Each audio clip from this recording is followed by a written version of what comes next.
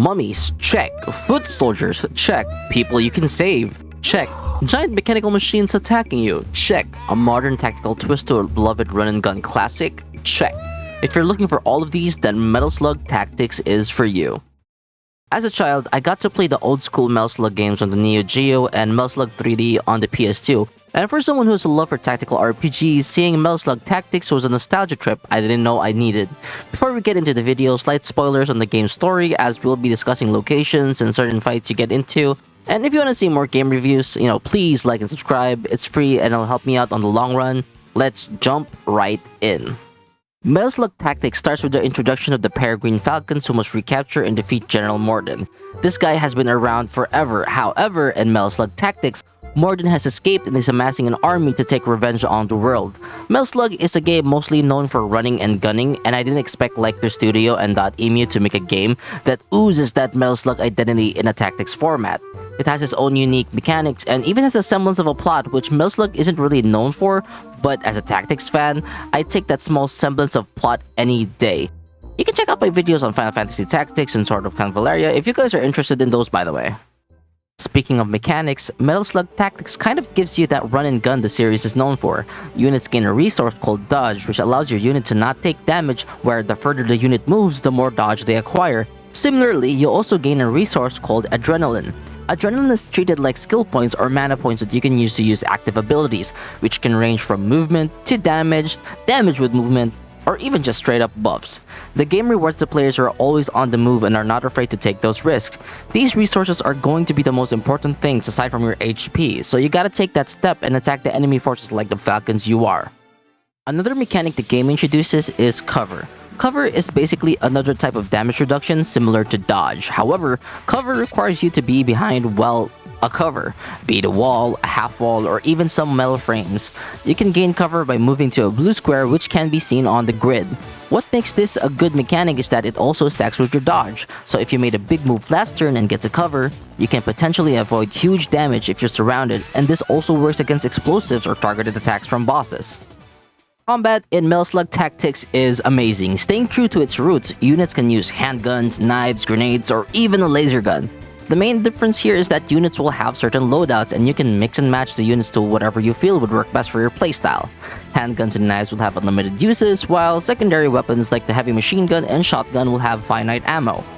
As a tactics game, this does make it so you don't haphazardly waste your resources, and the only way to replenish ammo is to complete mission objectives.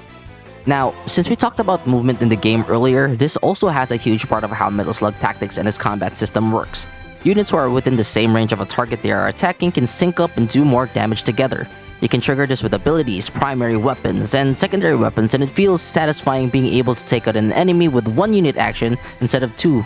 Plus, this reinforces the movement and positioning we talked about earlier. However, bosses can only be targeted with sync attacks once per turn. Plus, it looks super cool. It's like playing Persona whenever the character portraits comes in. Aside from the coolness factor of the sync mechanic, units gain buffs or even resources after doing an attack. Speaking of buffs, some units will also have special effects such as bonus movement and bonus actions when defeating enemies using skills.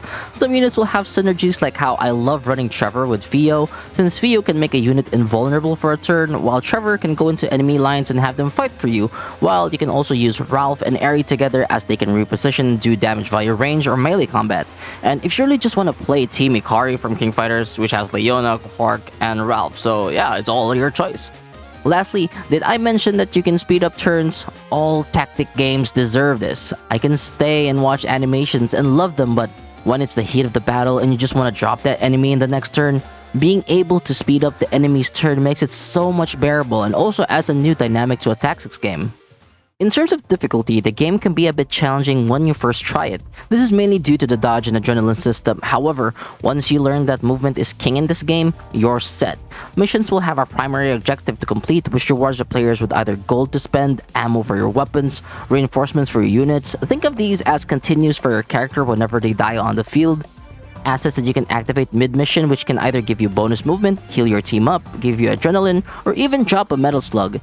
And there are secondary objectives too, which provide an additional reward to the player. Some secondary objectives might sound hard at first, but once you get the hang of it, you can definitely just achieve them. The next thing that makes the game special is that it's not just a tactics game, it's also a roguelike where you have to complete multiple runs to get to the true ending. Losing a run means you have to start right at the beginning of the game and play through the campaign all over again. This can be challenging as you will need some luck as weapon mods and skill upgrades might not synergize with how you play. Boss fights in this game have their own special gimmicks, where the fights can have longer levels, timed sections, and even one-shot units. The best part of it is that once you've done a couple runs, you find out the most effective way of beating these bosses. You also have the ability of going on higher difficulty runs, which increases enemy difficulty. So if you want to challenge yourself after getting good at the game, well, now's your chance to really get good. Design-wise, the game very much looks like a classic Metal Slug game. The aesthetic is absolutely retro, and I love it. I just wish the game had more camera angles like how Final Fantasy Tactics did, but other than that, the game is a spot-on banger. Speaking of bangers, the soundtrack of this game hits hard. I'm absolutely in love with the Sarasop jungle theme, and it is definitely gonna be on my battle playlist whenever I try to zone in on the game.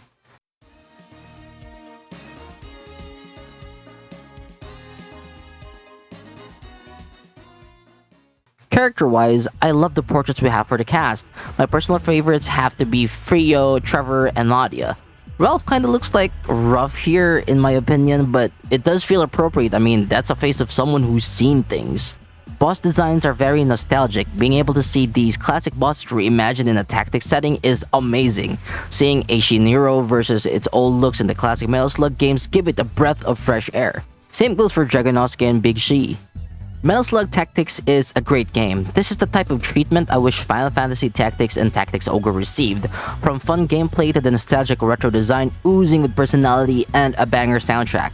Metal Slug Tactics deserves a solid 8.5 out of 10. It can definitely use additional camera angles since some areas can be obscured.